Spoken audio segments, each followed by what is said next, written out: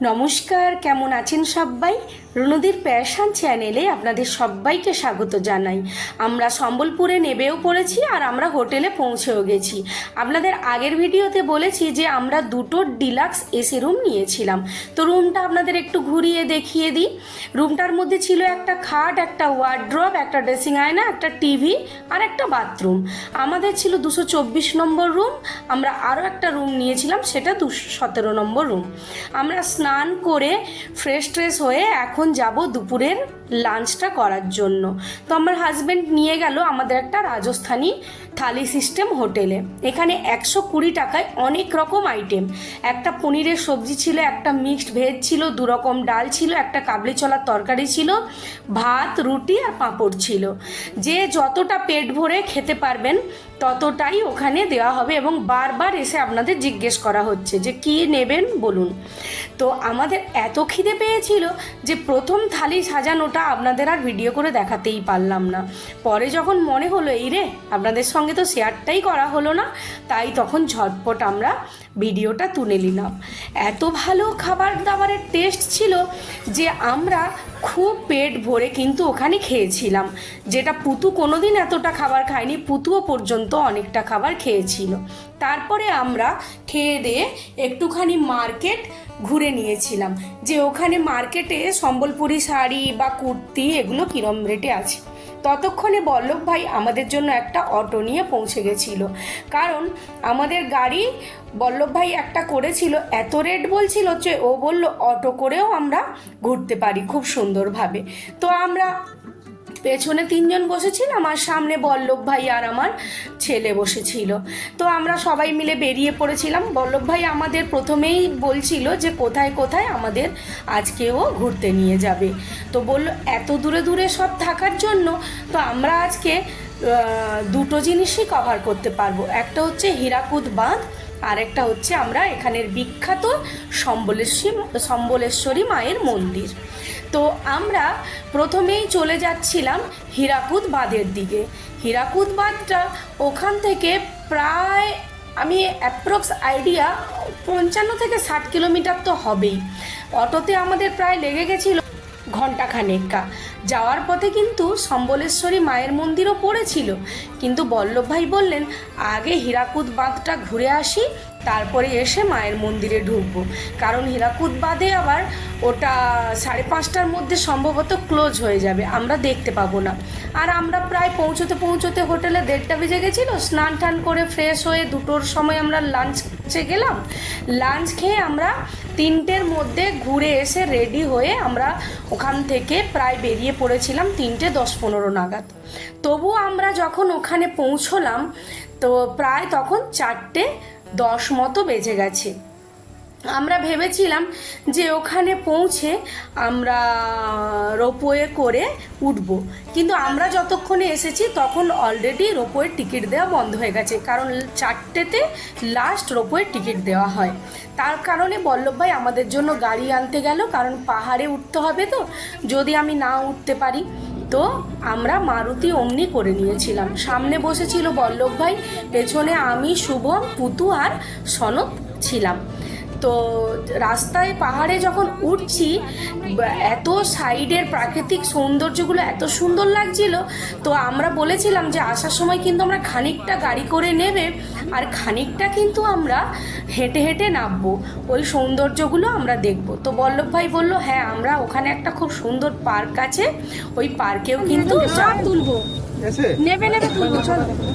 আচ্ছা আচ্ছা, উপর আকে নিচে দেখেंगे। ড্রাইভার তো তাতেই রাজি হয়ে গেছিলেন, কারণ আমাদের ছেড়ে দিয়ে ও আবার নতুন একটা ট্রিপ আনতে যেতে পারবে।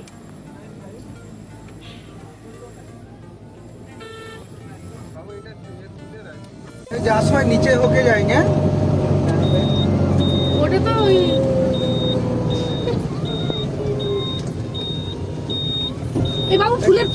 এই যে এখানে যে বোর্ডটা দেওয়া আছে এর মধ্যে বাঁধের কতটা চওড়া কতটা উচ্চতা সমস্ত কিন্তু এখানে দেওয়া রয়েছে। এরপর আমরা ওই বাঁধটা ওপরে একটা টাওয়ার থেকে দেখব বলে এখানে চলে এলাম। এখানে ওরা উঠছে আর আমি একটু ভিডিও করে নিয়েই সনতের সঙ্গে উঠতে শুরু করলাম। এত সুন্দর ভেতরটা সাজানো গোছানো যে ভাবতেই পারিনি এত সুন্দর, পুরো সুন্দর করে বিভিন্ন রকম ফুলের বাগান করা আর চারিধার রেলিং দিয়ে আটকে দেওয়া, যাতে এই ফুলগুলো কেউ নষ্ট না করে ফেলে। দেখতে যতটা সুন্দর লাগে যদি সবাই তুলে নেয় তাহলে তো আর অত ভালো লাগবে না। ওই যে দেখতে পাচ্ছেন দূরে যে লম্বা করে টাওয়ারটা দেখা যাচ্ছে না, আমরা কিন্তু একদম ওর ওই যে ভেতরে ফাঁকা ফাঁকা জায়গাগুলো দেখা যাচ্ছে, আমরা কিন্তু ওই জায়গাটা পর্যন্ত যাব। তো আমরা ভেতরে ওঠা শুরু করলাম। আমার একটু ভয় ভয়ই লাগছে। খানিকটা হাঁপিয়ে যাওয়ার পর এখানে একটা কিন্তু রেস্টের জায়গাও রয়েছে।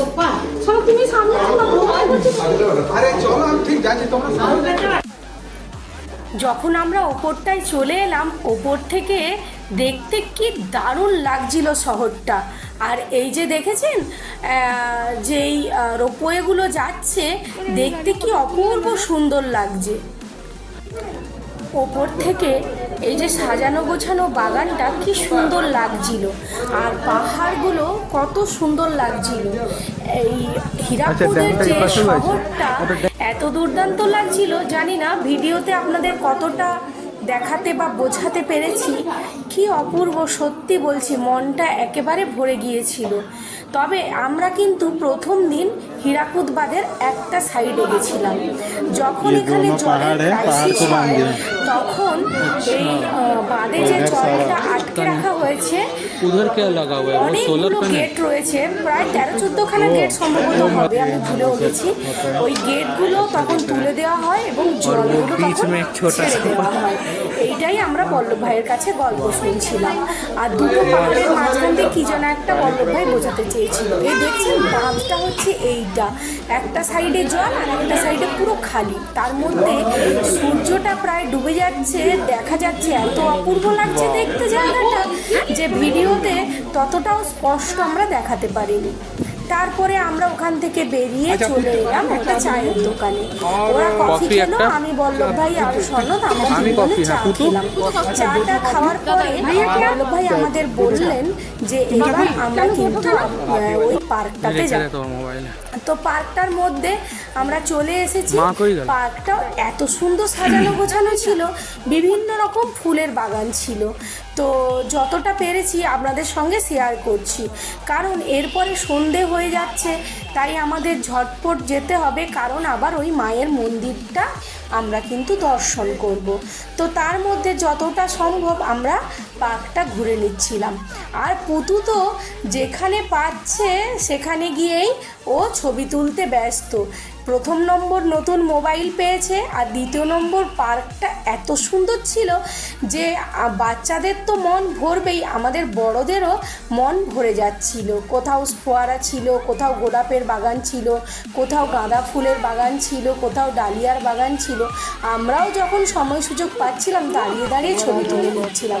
মাঝে মাঝে শুভম এসে ছবি তুলে দিচ্ছে, পুতু তুলছে, আবার কখনো বল্লভ ভাইও ক্যামেরা হাতে নিয়ে কিন্তু ছবি তুলে দিচ্ছিল। যাই হোক, সারাটা দিন খুবই আনন্দে কাটছিল। অনেক দিন থেকেই আমার সম্বলপুর যাওয়ার খুবই ইচ্ছে ছিল। তো ইচ্ছেটা এত তাড়াতাড়ি এত সুন্দরভাবে পূরণ হবে সেটা কিন্তু আমরা ভাবতেও পারিনি। পার্কটা দেখে খুবই পছন্দ হয়েছিল। ওই যে ফোয়ারার কথা বললাম, এই দেখুন কি সুন্দর ফোয়ারা। আর এই যে দূরে দেখছেন ওই গোলাপের বাগানটা, এখানে বসে আমরা একটু ভিডিও করে নিলাম। আই লাভ হীরাকুদ বলে লেখা রয়েছে, আর এটা বানিয়েছিলেন জওহরলালজি।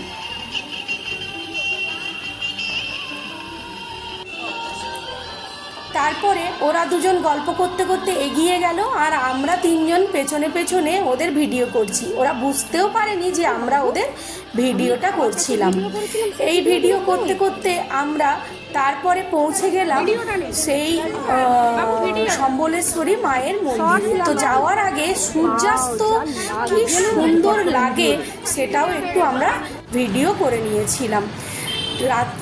রাত্রিবেলা বল্লভভাই বলেছিলেন যে দিনের বেলা মন্দিরটা যতটা না সুন্দর লাগবে, যখন পুরো লাইটটা জ্বলে উঠবে সন্ধ্যের পরে তখন অপূর্ব সুন্দর লাগবে। আমরা এখানে প্রায় পৌঁছে গেছিলাম 6টা সাড়ে 6টা নাগাদ। আর মন্দিরটার ঢোকার আগে জায়গাটা একবার ঘুরে ঘুরে পুরো ভিডিওতে দেখছিলাম যে এত সুন্দর সাজানো গোছানো জায়গাটা। তারপরে আমরা পুজো দেওয়ার জন্য একটা ডালা নিয়ে নিয়েছিলাম। তো আমি আর সনদ পুজো দেব না, পুতু আর শুভম পুজো দেবে, তাই পুতুর হাতেই আমরা ডালাটা ধরিয়ে দিয়েছিলাম। তারপরে আমরা মন্দিরের গেটের উদ্দেশ্যে চলে গেছিলাম। ডালাটা আমরা রাস্তার ওপার থেকে নিয়েছিলাম আর রাস্তার ওই পারে ছিল মন্দিরের গেট। তারপর আমরা এখানে যেখানে জুতো রাখা হয় মন্দির থেকে তৈরি করা হয়েছে সেই জায়গায় এসে সবাই মিলে জুতোটা খুলে রাখলাম। তারপরে ওখানে হাত পা ধুয়ে মন্দিরে আমরা লাইনে দাঁড়িয়ে পড়লাম। মন্দিরটা কি সুন্দর লাগছে দেখুন। আর পুরো এত ভিড় হয়েছিল ওই দিনটা ছিল যেহেতু শনিবার, তো শনিবার প্রচুর ভিড় হয়েছিল। পরের দিনটা ছিল 26শে জানুয়ারি। তো বল্লভভাই বললেন যে ও কালকে আরও ভিড় হবে। তো আমরা লাইনে দাঁড়িয়ে পড়তে পড়তে আরও খানিকটা শুভম চারিধারটা ভিডিও করতে শুরু করলো। আমাদের পুজো দেওয়া হয়ে গেছিল, আমরাও মন্দিরের চারিধারটা ঘুরতে শুরু করলাম। আর ওরা দুজন মিলে গল্প করছিল যে এই এরিয়াটা আগে তো এত বড় ছিল না, নিশ্চয়ই নতুন করে বানানো হয়েছে। তো বল্লভ ভাই ওকে সব বোঝাচ্ছিল যে হ্যাঁ এখানে বিয়ে বাড়ি হয়, সেগুলো সব অ্যারেঞ্জ করা হয়, এখানে খুব সুন্দর করে সাজানো গোছানো হয় জায়গাগুলো। তো সেইগুলো সব বোঝাতে বোঝাতে পুরো এরিয়াটা কিন্তু আমরা ঘুরছিলাম। পুরো এরিয়াটা ঘুরতে ঘুরতে আমাদের মনটা এত ভরে যাচ্ছিল, মনেই হচ্ছিল না যে মন্দিরটা ছেড়ে চলে আসি। আর তাও আমরা পুরো এরিয়াটা শেষ করতে পারিনি। 40 মিনিট মতন প্রায় আমরা হেঁটে হেঁটে কিন্তু পুরোটা ঘুরেছিলাম। জানি না আর কতটা টাইম লাগতো পুরো এরিয়াটা শেষ করার জন্য। তবে সম্বলপুরের দুটো বিখ্যাত জিনিস কিন্তু আজকে আমরা কভার করলাম। একটা হচ্ছে মা সম্বলেশ্বরীর মন্দির, আর একটা হচ্ছে এখানে হীরাকুদ বাঁধ। সম্বলেশ্বরী মন্দির 51 পীঠের একটা পীঠ কিনা এটা আমার কিন্তু জানা ছিল না, এটা আমি পরে সার্চ করে দেখে নেব। আমাদের তো হোল ইন্ডিয়া 51 পীঠ রয়েছে, কি জানি এখানে এটা 51 পীঠের আরেকটা কিনা। তো যাই হোক, দেখতে দেখতে আমাদের টাইম এবার হয়েও এসছে, আমাদের খিদেও পেয়ে গেছে, তাই আমরা একটু করে প্রসাদও খেয়ে নিলাম। এরপরে আমরা খানিকটা মার্কেটিং করব, করে আমরা হোটেলে কিন্তু পৌঁছে যাব। ভাই আমাদেরকে একটা দোকানে নিয়ে যাবেন বলেছেন, দেখি ওখানে যদি সস্তায় কিছু পাই। তবে এখানে সম্বলপুরি শাড়ির এত দাম, স্টার্টিং প্রাইসই বলছে প্রায় 1500-2000 টাকা থেকে। 1500-2000 শাড়িগুলো একদম আপনাদের পছন্দ হবে না। আর 3500 টাকা থেকে নর্মালি যেগুলো মোটামুটি পছন্দসই, ওগুলো কিন্তু দেখে আপনারা বুঝবেন না যে এইগুলো কি করে 3500-4000 টাকার শাড়ি। তো যেহেতু মায়ের শখ, সে যত দামই পড়ুক না কেন, মায়ের জন্য তো একটা আমাকে নিতেই হবে। মায়ের শখ আমরা না পূরণ করলে আর কি করবে। ভিডিওটা তবে আজকে কিন্তু আমি এখানেই শেষ করব। ভিডিওটা আপনাদের কেমন লাগলো অবশ্যই আমাকে কমেন্টের মাধ্যমে জানাবেন। আর যদি ভালো লাগে একটা লাইক দেবেন। আর যদি আমার চ্যানেলে নতুন বন্ধু হয়ে থাকেন তাহলে প্লিজ প্লিজ প্লিজ বন্ধু আমার চ্যানেলটা সাবস্ক্রাইব করবেন। তো চলুন বন্ধুরা, আজকের মতো বিদায় নিলাম।